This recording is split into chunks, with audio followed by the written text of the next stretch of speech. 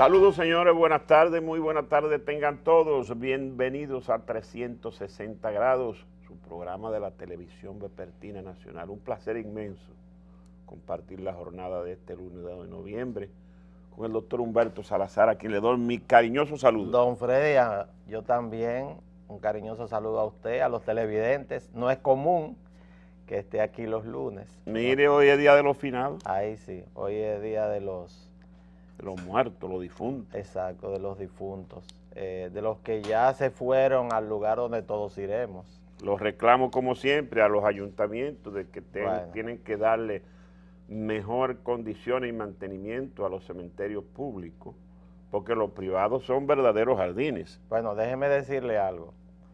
Esta mañana me atreví a intentar ir al lugar donde están enterrados mis padres, que es el cementerio de la Máximo Gómez. Ah, sí. Pero ahí, si me bajo, me asaltan. No es posible que eso esté así, de verdad. O sea, habrá que buscar otro lugar donde uno enterrar sus muertos.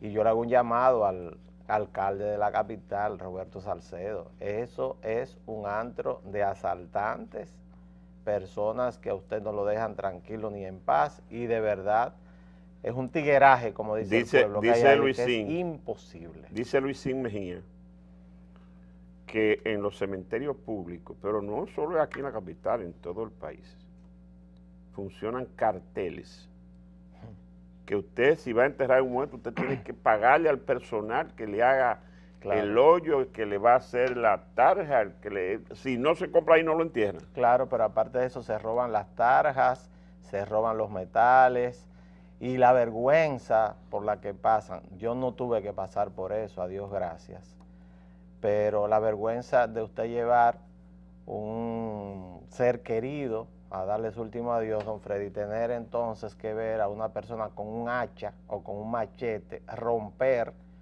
el ataúd, sí, porque en la noche van, sacan el muerto y también se llevan el ataúd. Eso no es posible, o sea, el irrespeto que hay aquí por eso, por los camposantos, que así se llaman. No es posible que el ayuntamiento tenga esos cementerios en esa situación. Y fíjese que en ciudades del primer mundo los cementerios son lugares turísticos. Sí, señor. Y el mismo cementerio de la Máximo Gómez y el cementerio de la Avenida Independencia, donde todavía existían estos mausoleos y estas grandes esculturas, pudieron en un momento determinado haber sido lugares turísticos, pero ya eso es un antro de perversión terrible. Pero hoy es el Día de los Santos Difuntos. Lo cierto es que para allá vamos todos. Sí, el primer paso que nosotros damos hacia la muerte es cuando respiramos y nacemos. Y en el caso de los que tienen vivos sus padres, que no es mi caso, yo les pido que los cuiden, que los adoren porque les hacen falta. Así es. Mire, hay un tema que no podemos obviar de ninguna manera.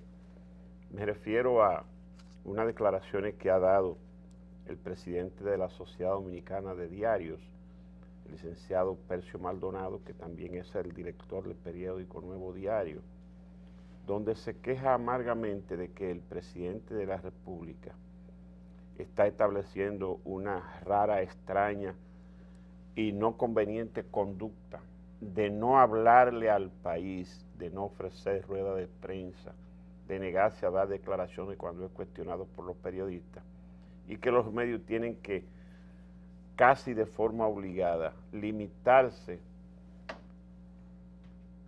a publicar a la noticia que manda Palacio por escrito o por las redes o una nota de prensa.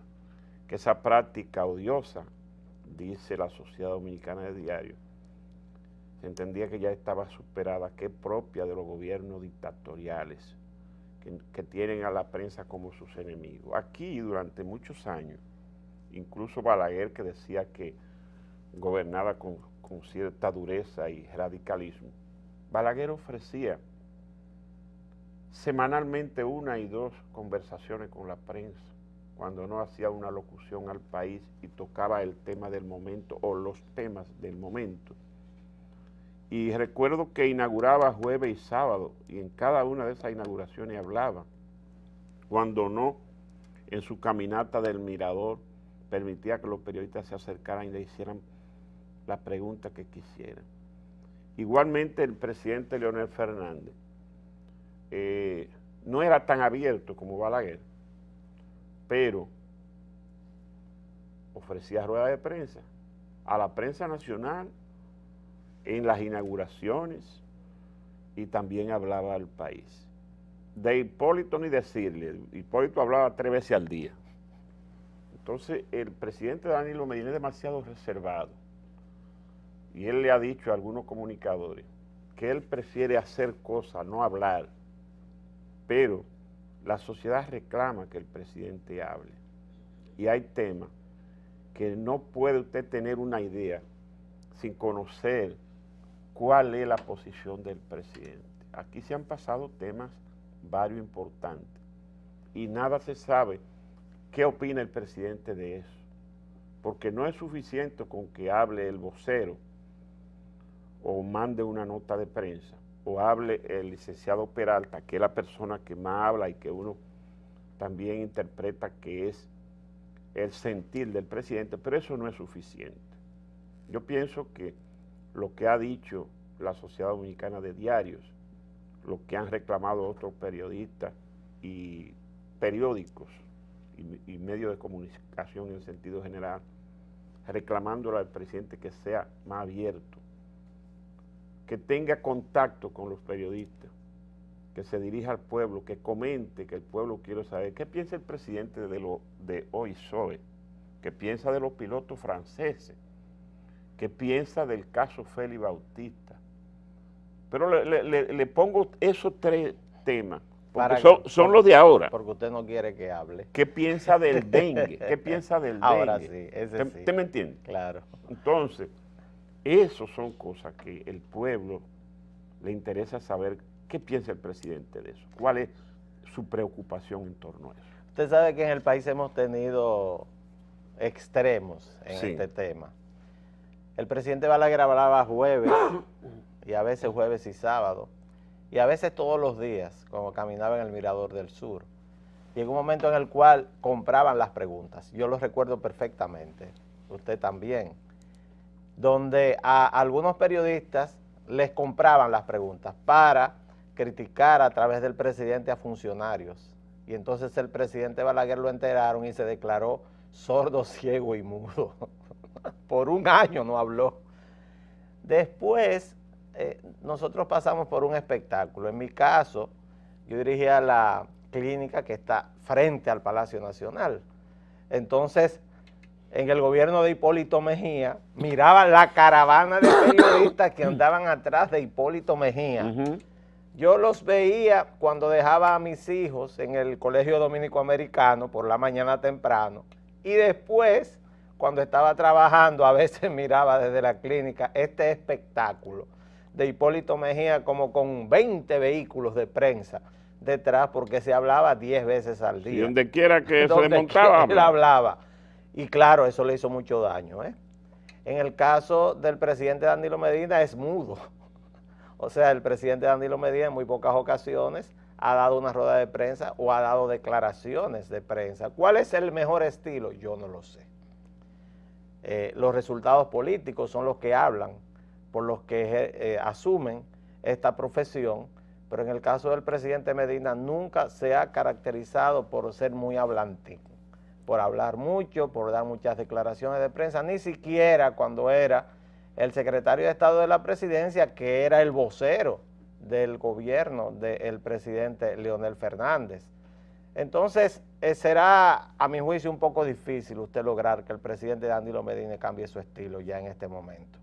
Claro, lo que ocurre es que lo que se está publicando del gobierno o son declaraciones de funcionarios subalternos del presidente o es lo que dice el presidente en las visitas sorpresas, que al ser sorpresa no hay prensa. No hay prensa. Entonces, lo que se publica es una nota de la Dirección de Comunicaciones del Palacio Nacional. Claro, yo creo que esta es la crítica principal que hace Percio Maldonado. Ahora, quizás el presidente Medina debería ser un intermedio, una parte intermedia entre la poca costumbre que tiene en hablar y el que hablaba mucho.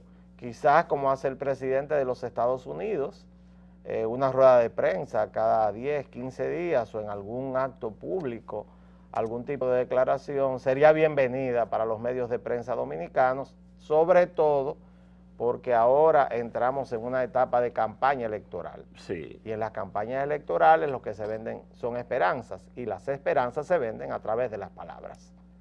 Porque nadie vota por lo que ya está hecho. La gente vota hacia futuro. Nadie vota por el apartamento que le dieron, ni nadie vota por la tanda extendida donde ya está su muchacho, ni nadie vota por el dinero que le prestaron para poner un negocio. No, la gente vota hacia futuro, tratando de ver qué es lo que le va a dar un presidente en el próximo periodo de gobierno. En este caso, lo de Percio Maldonado es un llamado oportuno, a mi juicio, en el sentido de que este es el momento en que el presidente Medina comience a hablar.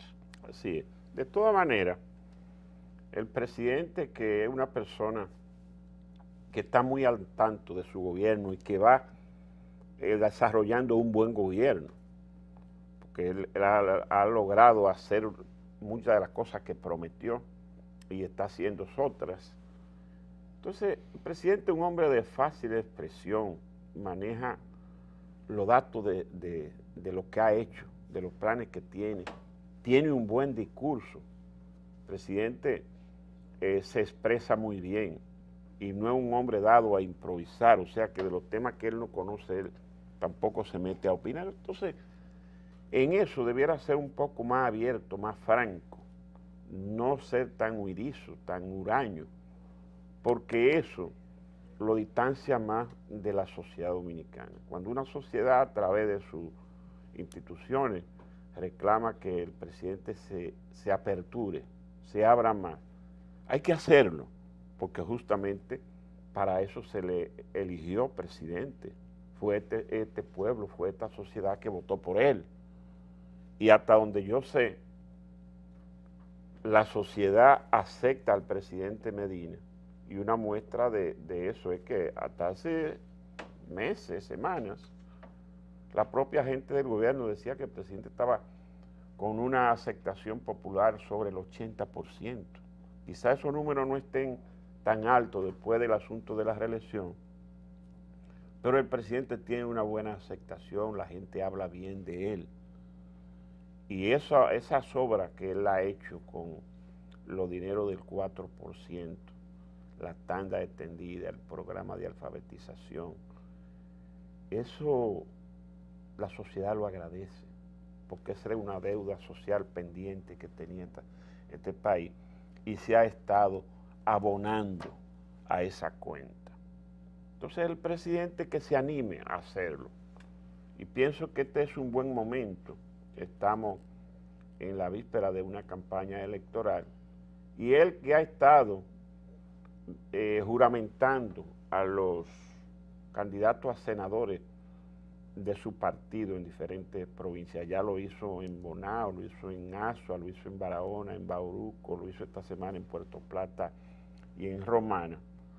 En uno de esos actos, semanalmente, debiera invitar a los periodistas y conversar con ellos, darle participación, y así se evita esa presión, porque hoy la primera plana de los diarios es esa, las declaraciones de Percio Maldonado. De todos. Pero la iglesia lo ha demandado también.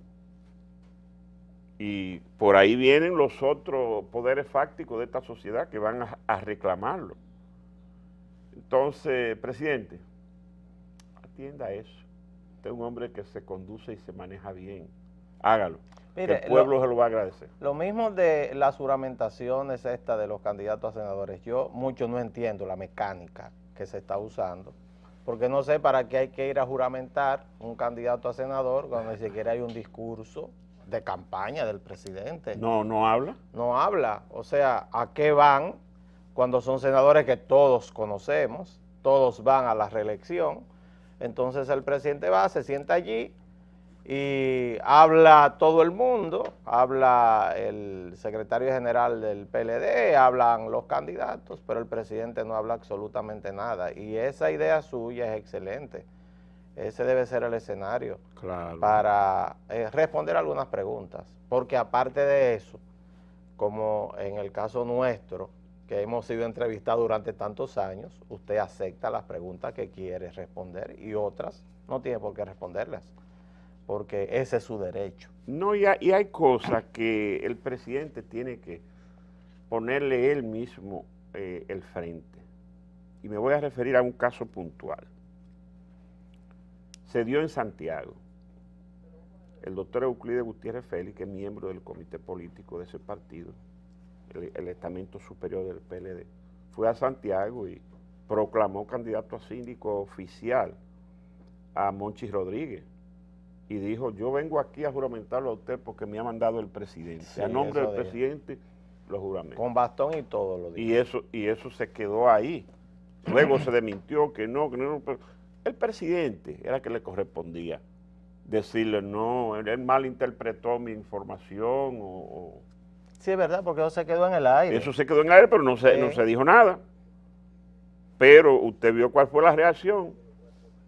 De una vez se retiró un candidato. Fernando Rosa. Sí, y por otro lado salió Abel Martínez. Claro. Entonces, esa reacción, el presidente lo desmintió con ellos, porque no se dijo más nada y eso se tapó. Pero ahí ameritaba que hablar el presidente. Una lucha encarnizada en Santiago. Claro. Ahí por la candidatura a alcalde del PLD, porque esa es una plaza que parece que estará muy disputada, ¿eh?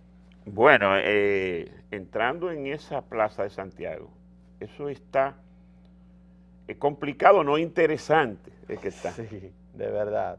Porque ahí está el candidato del Partido Reformista, que José Enrique Suero. Que está muy fuerte, ¿eh? No, y además tiene está la aceptación de una buena parte de la sociedad, ha sido síndico, pertenece a una clase importante de Santiago.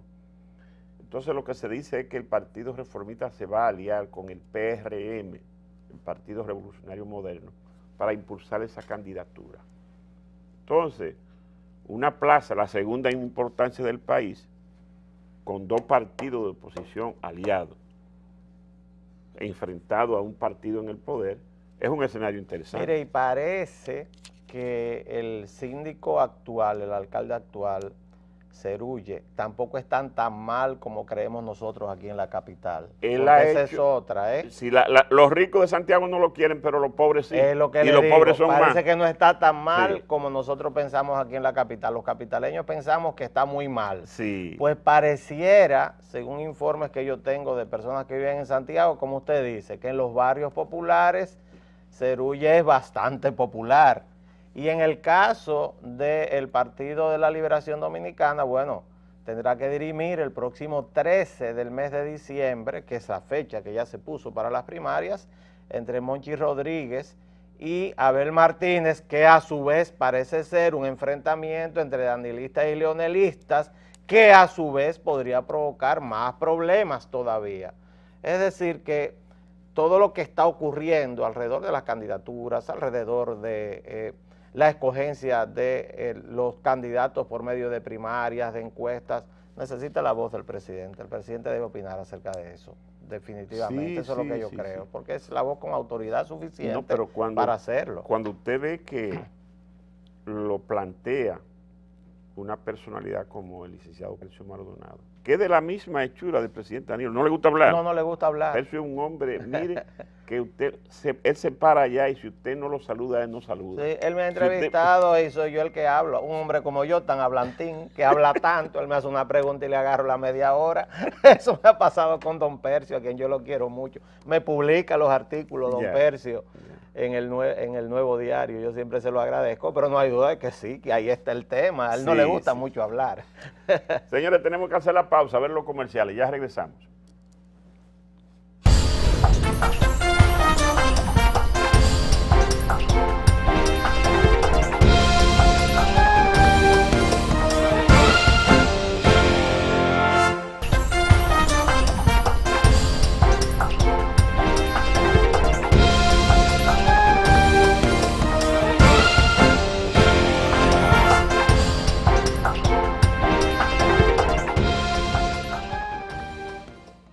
durante todo el fin de semana los empleados públicos, el gobierno en general se movilizó para tratar de construir toda una estrategia in situ en los lugares donde se multiplica el mosquito que provoca el dengue.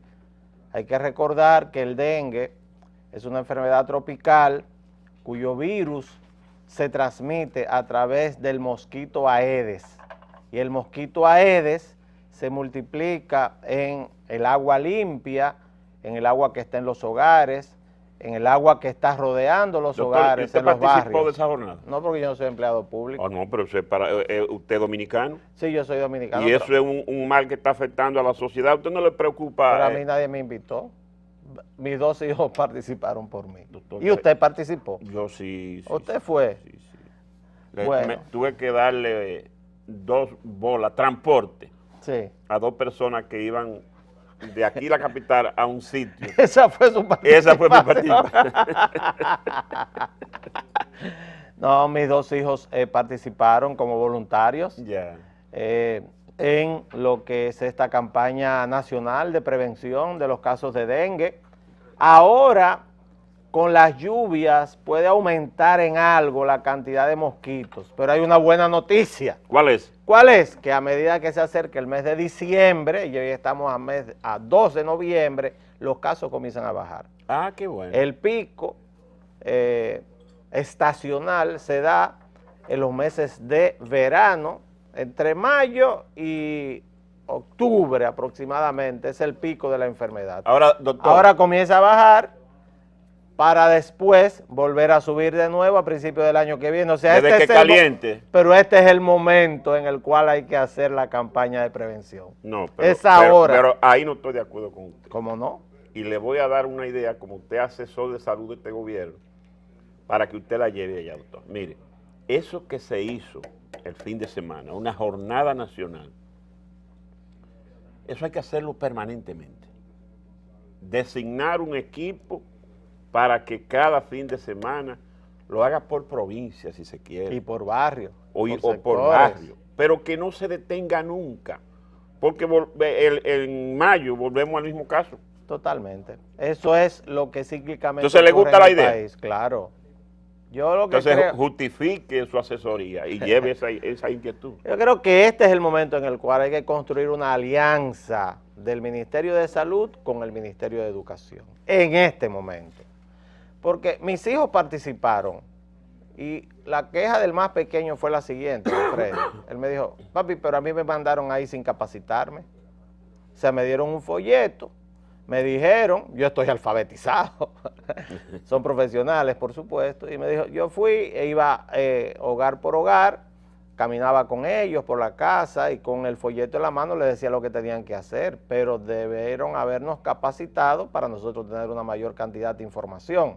Ahora, esa campaña, y vuelvo y repito, la idea de la semana pasada, este país debe tener una comisión nacional de dengue para evitar que se nos mueran más de 100 personas todos los años. ¿Cómo? Trabajando como el Ministerio de Salud no tiene presupuesto, con el Ministerio de Educación en la capacitación como facilitadores de los maestros y que los niños de las escuelas sean los que vayan a sus hogares y trabajen en eso que usted dice, todos los días, 24 horas al día, como ya tienen la capacitación y saben la forma en que se previene la expansión de la enfermedad. Bueno, si comenzamos desde ahora, usted verá que el año que viene para el verano los casos caerán. Habrá muchísimo menos casos y las universidades hacer énfasis en el estudio de las enfermedades tropicales. Nosotros somos un país tropical, no somos un país de clima templado.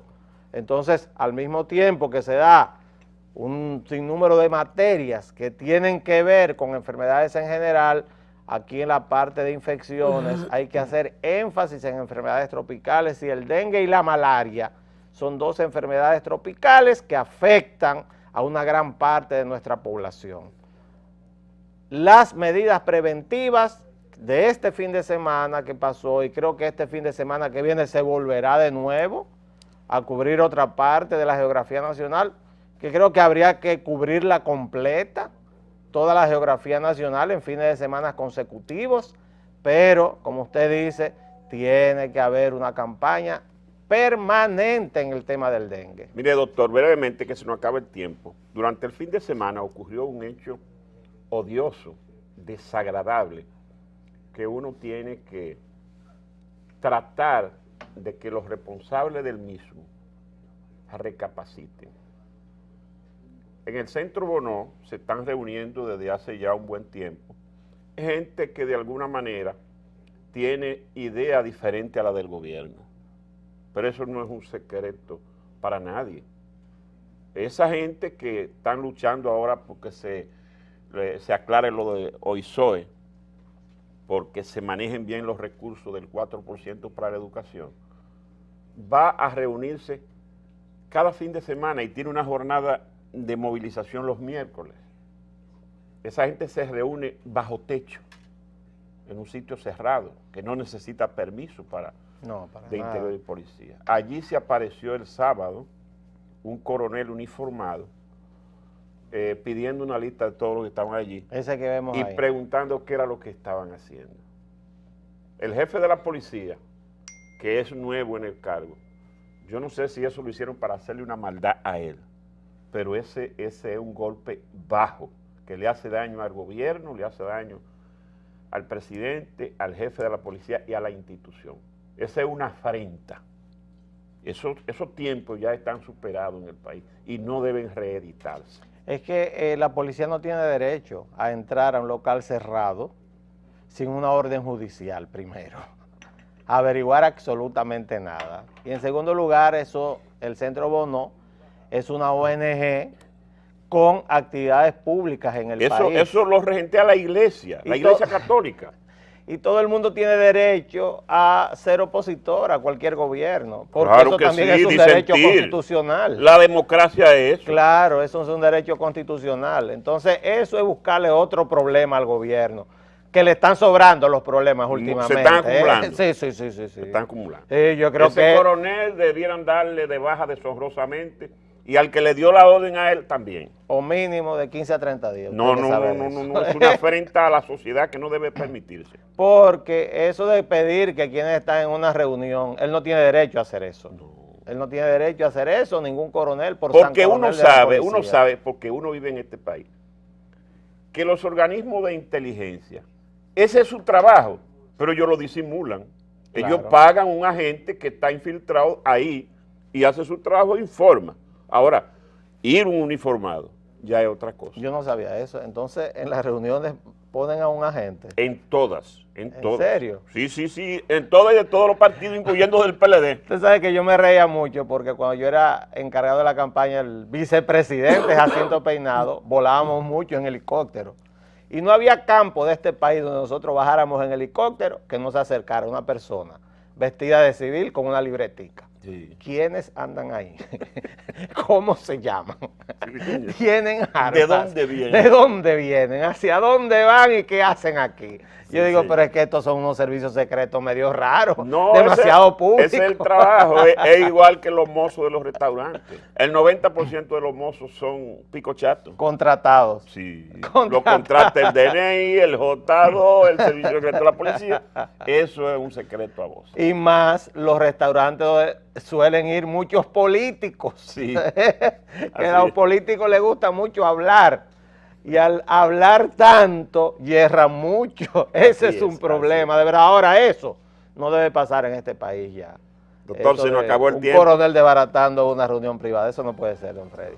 Se nos terminó el tiempo. Mañana nos vemos Feliz por tarde. aquí. Igual a usted también. Hasta mañana, señores.